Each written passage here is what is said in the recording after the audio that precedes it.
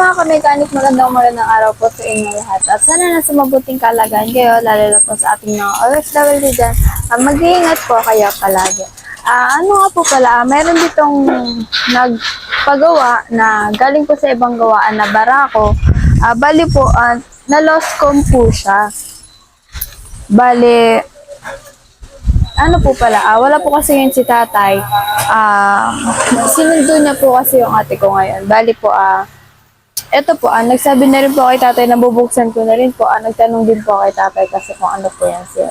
Bali po, babakasin ko rin po pala yung panggilid kasi po nag-stock up din po yung timing chip. So, samahan niyo ako sa paggagawa mga kamekanika. So mga kamekanika, babakasin ko naman na muna po itong side cover.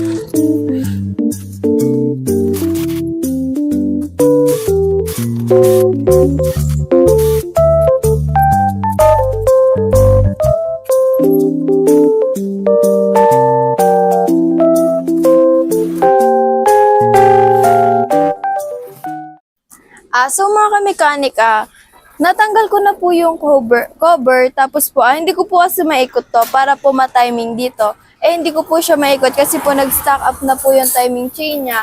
Bali po tumawag ako kay tatay, sinabi ko po na ganun nga po. Tapos sabi po ni tatay na baklasin na daw po yung cylinder head niya.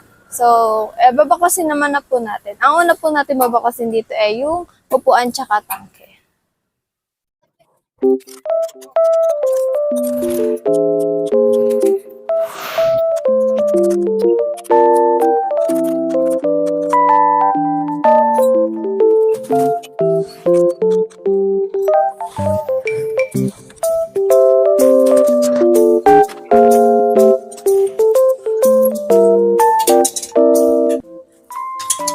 So mga kamekanik, since wala po si tatay, si Kuya Bert po yung katulong kong magawa.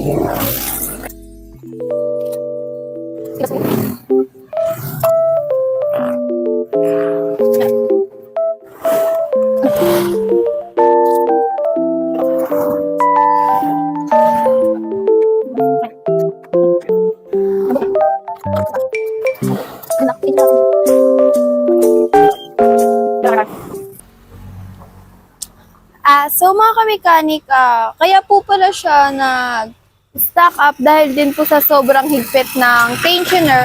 At tapos po, mali rin po yung pagkabit sa may pin ng rocker arm po. Ito po. Kabilaan po, mali yung pagkabit. So ayusin na din po to.